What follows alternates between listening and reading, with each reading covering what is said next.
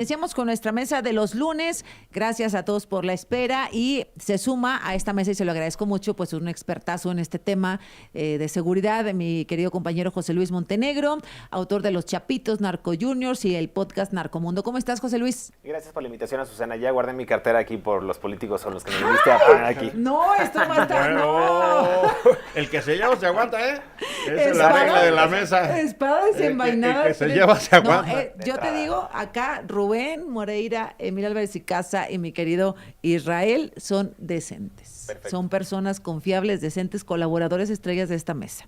Entonces, bueno, pues bienvenido. Gracias por estar acá, José Luis. ¿Cómo estás, Israel Zamora? Buenos días. Muy bien, bonita semana a todas, a todos. Gracias, Emil Álvarez y Casa. Hola, ¿cómo estás? Perdón, Muy buenos días. contento, y Rubén muy Moreira, contento. bienvenidos. A ver, cuéntanos, presúmenos, adelante. Sí, salió, ¿Contento? Ajá. sí, ¿Anda salió contento? la Asamblea Nacional de Somos México. Es el último trámite que pide la ley para la constitución de un nuevo partido político.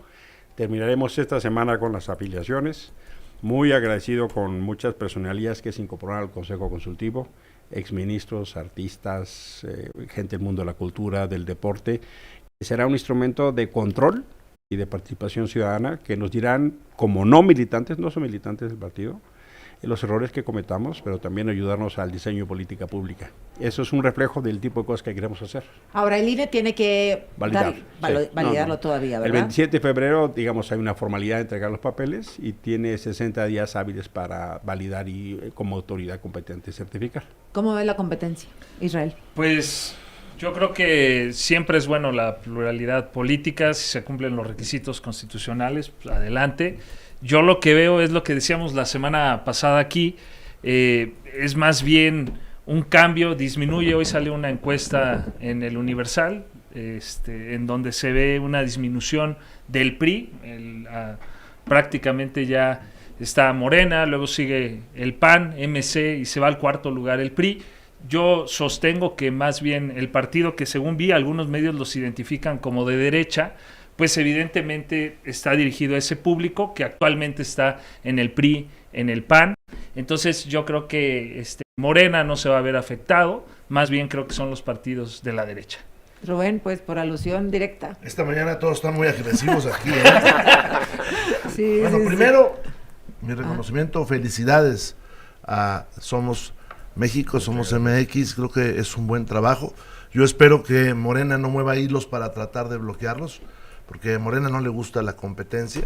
Prueba de eso es que esta semana está anunciada la ley Maduro a llegar a las cámaras, no sé a cuál de ellas, pero a las cámaras. ¿Te refieres a la electoral? A la electoral, sí, conocida como ley Maduro. Y por los últimos incidentes y las últimas cosas que se filtraron va a ser al son del acordeón, ¿no?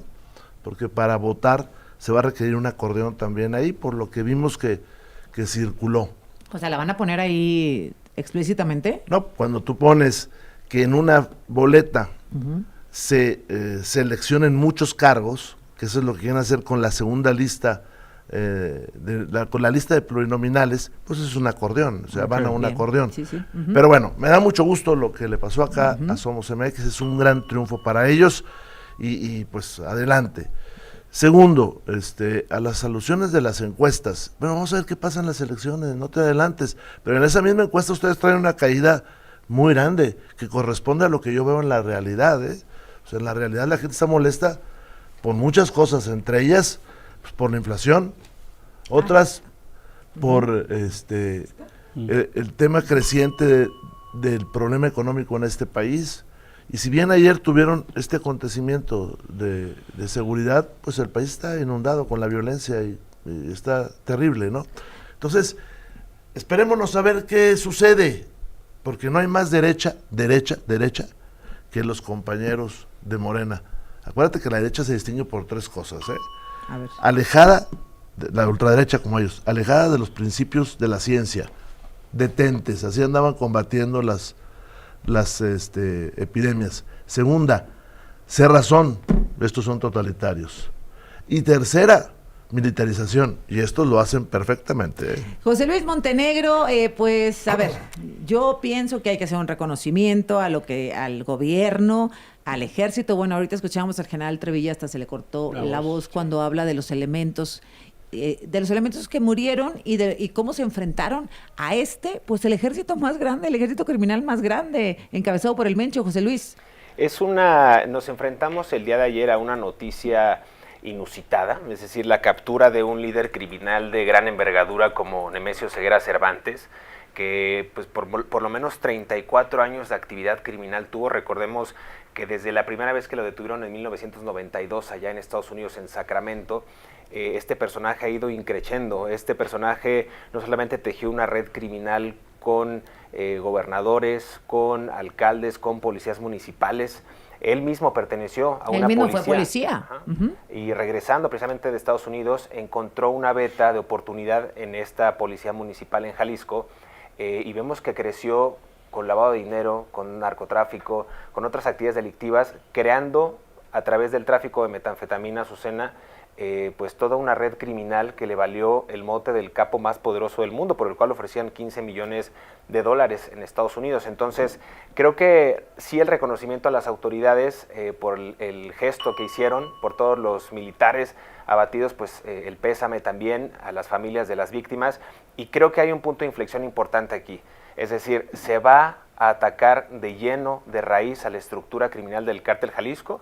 Me refiero al andamiaje político, al andamiaje financiero, claro, sobre todo, la vena que permite la operación de la organización criminal del Mencho. Muere el Mencho, se descabeza más bien una organización que queda huérfana de líder, pero que vamos a ver en la praxis seguramente cómo se va a dinamitar, a pulverizar, no creo, a dinamitar en diferentes organizaciones o células criminales. Que queda huérfano de CEO o de director general, ¿no? Porque el Cártel Jalisco Nueva Generación es más horizontal que vertical, ¿no? Es en el sentido, horizontal, a lo mejor, de familia, no son los hijos los herederos, o sea, no es como el Cártel de Sinaloa, por ejemplo. No, es una estructura más rígida, y mucha gente se preguntaba justo esto: ¿por qué el Mencho tenía muy poca gente o un séquito de seguridad muy laxo a comparación de otras organizaciones como lo fue los Chapitos, o como lo son los Chapitos en el caso, por ejemplo, de Ovidio Guzmán? Cuando lo aprenden, ¿cómo es que tiene tanta seguridad y pueden sitiar rápidamente la capital sinaloense? Para que no se lo lleven. El Cártel de Jalisco no es una estructura rígida, son redes nodales con mandos distribuidos, tienen una autonomía territorial, es decir, pueden ellos tomar decisiones. Como decían, franquicias, ¿no? Franquicias. Como Oxxos, decía Diego Enrique Osorno en el su país, columna del País. Qué terror, Oxxos del narco, decía él, porque recordemos que el Cártel Jalisco fue uno de los principales cárteles que ha sabido lucrar con las siglas CJNG para simplemente venderte a ti, tu grupo armado o grupúsculo que quieras enfrentar a otro tanto, pues te vendo mis siglas y me pagas una renta mensual o quincenal o anual por emplear mi nombre, ¿no? Y además te enseño cómo capacitar, cómo adiestrar y cómo reclutar de manera forzada a los jóvenes. Es impresionante la capacidad criminal que tiene el Cártel Jalisco. Ahora, no se puede entender un criminal como este, no como fallas de la pobreza y la desigualdad, la falta de educación, sino por complicidad política. Alguien quiso que el Mencho fuera el Mencho y se lo permitió. Pues es que ningún capo crece de manera improvisada. Creo que sí hay una responsabilidad compartida por parte del Estado mexicano, llámese autoridad municipal, local, en el caso del gobernador, inclusive los gobiernos, en el caso de Peña Nieto, que lo dejó crecer abiertamente con el PRI, y el solapamiento la permisividad del gobierno de López Obrador de no atender las causas y hacer como política anticrimen una ocurrencia como abrazos no balazos. ¿El Cártel Jalisco Nueva Generación tuvo su máximo crecimiento en el sexenio del PRI? En el sexenio de Enrique Peña Nieto, sí. De Peña Nieto, sí. Y bueno, su estabilización como empresa con Andrés Manuel López Obrador, porque nadie le estorbaba. Correcto. A ver, regresamos, por supuesto, con Rubén, con Emilio y con Israel. Emilio Álvarez y Casa, la detención del Mencho. Por supuesto que es un hecho que hay que reconocer, pero me parece que pone en descubierto al menos tres ideas. La primera es que cuando hay voluntad política, las Fuerzas Armadas de México tienen la capacidad operativa, táctica y la inteligencia para someter a los criminales. El Estado mexicano es más fuerte si hay voluntad política que cualquier organización criminal. Segundo, que ha demostrado que abrazos y no balazos fue un salvoconducto para las organizaciones criminales. El gobierno de López Obrador no solo abrazó a los criminales, sino que los llevó a sus oficinas. Y tercero, la pertinencia de la cooperación México-Estados Unidos en materia de inteligencia. Claro. La pertinencia de colaborar. Si el narco está globalizado, si ataca a las sociedades de México y Estados Unidos, por supuesto que tiene que haber colaboración y por supuesto que tiene que haber... No es pecado. Hace 15 días entraron fuerzas especiales supuestamente para entrar, muy probablemente entraron a este tipo de operativos. Si es una colaboración organizada, institucionalizada y pensada, me parece pertinente, Azucena. ¿Por qué? Pues porque hay un objetivo común de seguridad y de paz. Lo que me parece inadmisible es que no se haya previsto la reacción. Ya había pasado el Culiacanazo, ya había habido eventos como lo que platicamos del helicópterazo, ya hay información de la capacidad de despliegue. ¿Por qué? Porque se trata de una red macrocriminal. Hay miles de personas involucradas en esa estructura militar. Tú pasaste un video de donde había fuerzas armadas que parece un ejército, tal cual, y se tenía que haber previsto la reacción. Claro. Nuestra solidaridad con los militares que perdieron la vida y sus familias, nuestro reconocimiento a su labor, pero es indispensable que se tenga capacidad para prever que va a haber reacciones, principalmente en Jalisco. Eso, perdón, pero es inadmisible. ¿Rubén? Bueno, primero, el pésame a las familias de las personas, miembros del Ejército Mexicano, de la Guardia Nacional, que fallecieron, y a quienes estén heridos, pues un abrazo solidario. Las Fuerzas Armadas siempre se han distinguido por el cumplimiento de su deber, ¿no? Y a todos los que participaron, heridos o no, eso es un riesgo tremendo y no me imagino la tensión de estar en el terreno. Sí, yo no estoy de acuerdo con la militarización, pero hay que reconocer que fueron ahí y que pues es duro para las familias que perdieron a sus seres queridos. Hay fotos pues estrujantes, eso es lo primero. Lo segundo, en el gobierno de Peña Nieto, hace rato que se mencionó, hubo un intento de captura, también por el ejército mexicano, y un helicóptero que fue derribado, así lo recordamos, ¿no? Creo que las mismas fuerzas especiales son las que hoy tienen esta detención con la muerte de este delincuente. 2015, ¿no? Sí, 2015. Entonces no hubo omisión por tratar de capturarlo. Sí la hubo con López Obrador, porque también ha trascendido un incidente. En el 21. Sí, donde él dio la instrucción de que no se le molestara a este capo, y ha trascendido, se sabe. Cambió la estrategia, ¿no? Y eso demuestra que López Obrador hizo las cosas mal. Y lo que vimos ayer, pues se parece mucho a lo que hemos visto en otras ocasiones cuando se captura un delincuente. Claro, hoy la violencia fue mayor. Entonces, López Obrador es uno de los grandes responsables de cómo estamos ahora. Y lo último, bueno, pues hubo colaboración con otras naciones y eso es bueno. Israel. Pues primero igual nuestra solidaridad con los familiares de seres queridos de las personas que el día de ayer perdieron la vida en cumplimiento de su deber, y también decir que no coincidimos con lo que se ha dicho aquí en la mesa, primero porque el resultado de ayer es producto de la política que se comenzó a implementar con el presidente Andrés Manuel. Por ejemplo, en acciones que a veces pasan inadvertidas en estas mesas, ¿no? Una de ellas es el desvincular al gobierno del narcotráfico, que ya no haya complicidad. Eso era fundamental para poder obtener los resultados del día de ayer. La profesionalización de la Guardia Nacional. Sí fueron fuerzas especiales del Ejército las que participaron, pero también la Fuerza Especial de la Guardia Nacional fue fundamental para las acciones que se realizaron el día de ayer, el operativo en general. El objetivo del gobierno no es generar violencia con más violencia, al contrario, es la pacificación a través de la implementación de justicia.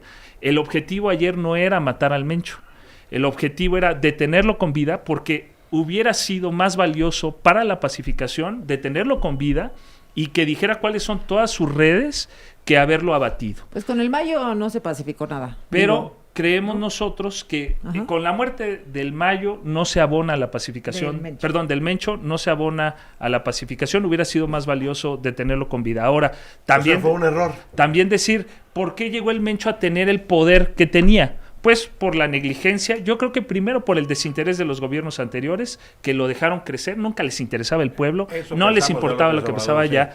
Dos, porque fueron negligentes y después porque fueron cómplices. José Luis. Cómplices, bueno. A ver, adelante. No, es que habla sobre la inacción de los gobiernos como del PRI, la inoperancia, yo diría, del gobierno de Morena, y ahorita decías que para que el Mencho hubiera tenido ese poder, pues debió de haber estado en complicidad con los propios gobiernos, ¿no? O sea, o quién lo dejó operar de esa manera. Creo que la misma respuesta está implícita en lo que comentaba Rubén y Emilio. Creo que el Mencho llega a ese nivel insospechado de violencia y de poder, pues precisamente cooptando desde los engranajes más bajos de la cadena de mando. Lo hemos hablado Rubén, Emilio y un servidor en esta mesa, que la policía es quizás el eslabón más bajo de la cadena, ¿no? Desde cómo se empieza a cooptar y a lucrar con ella, a hacer pagos extras porque no reciben una buena remuneración, y ellos se ven obligados a atender las exigencias de estos grupos criminales. Vemos el caso de Tapalpa, que entrevistaste al alcalde Azucena, y decía él que estaban ahorita en la mañana pues ya en una especie de inoperancia, Totalmente. la comunidad impactada por los hechos de ayer, y bueno, pues realmente sin ninguna actividad. Tapalpa, dice el alcalde Antonio Morales que no sabía que estaba el Mencho en este lugar, el alcalde Morena, con 20,000 habitantes, esta comunidad, pues pueblo chico, infierno grande, ¿no? Creo que allí la inacción también de las comunidades. Porque además traían lanzacohetes y traían un montón de armamento. Es imposible que ese tipo de armamento no se vea, y te lo digo porque yo he estado en zonas de conflicto, como en el caso principal así de Badiraguato, en el que yo pude ver cómo el cártel de Sinaloa tenía cajas y cajas y cajas militares, sí, claro, con armamento de uso exclusivo del ejército. Exacto. Entonces creo que hay una serie de complicidades al interior de los gobiernos que deberían de estarse purgando desde la cadena más baja, insisto, desde policías hasta alcaldes hasta gobernadores. Te voy a decir por qué yo no quise cuestionar más al alcalde, porque creo que en algunos casos seguimos sin entender o sin empatizar respecto a lo que ellos están viviendo en esa tierra de 20,000 habitantes. ¿Me explico? Porque, ¿qué sucede cuando un alcalde denuncia a un criminal? Pues no sabes si se lo estás denunciando a los policías que lo protegen, o al gobernador que lo protege, o al ejército que lo protege. No es que yo lo justifique, pero habrá casos en los que la cooperación no sea voluntaria, ¿no? Como el reclutamiento de jóvenes en el Cártel Jalisco Nueva Generación, pues que es o cooperas, o te mueres, o te vas. Ese es justo el punto, por una estructura de una red o redes macrocriminales. O sea, ¿qué ganaría el alcalde con decirme, sí sabía yo que estaba ahí el Mencho? Digamos, o no, le puede pasar algo. O con llamarle a alguien y decir, oiga, ¿sabe qué? Aquí está el Mencho, ¿y cómo sabes a quién le estás hablando? Claro. ¿Sabes? O sea, es que es muy complicado estar ahí frente a frente con el criminal más peligroso del mundo. Mira, el tema es justamente como el pacto que se ha hecho. El caso del alcalde de Tequila es el mejor ejemplo, ¿no? Cómo se hizo toda una estructura política criminal que Morena abrazó. Es un narcopartido, es un narcogobierno, y eso hay que tenerlo con absoluta claridad. Gracias. Lo que hay que tener muy ubicado es que la eliminación del Mencho no significa la eliminación del Cártel Jalisco Nueva Generación. La estructura criminal está vigente, y si no quieren repetir los errores de Felipe Calderón, tienen que tener la absoluta claridad que se tiene que actuar en desmontaje financiero, político, administrativo, y los infiltrados y el pacto en su partido de Morena. Por eso es tan importante que se entienda que el principio de la voluntad política es base para que las fuerzas del orden puedan actuar, y no están haciendo lo de López Obrador. Es falso que estén siguiendo, aunque no quieren decir el nombre, pero eso no es así, y luego seguimos. Regresamos.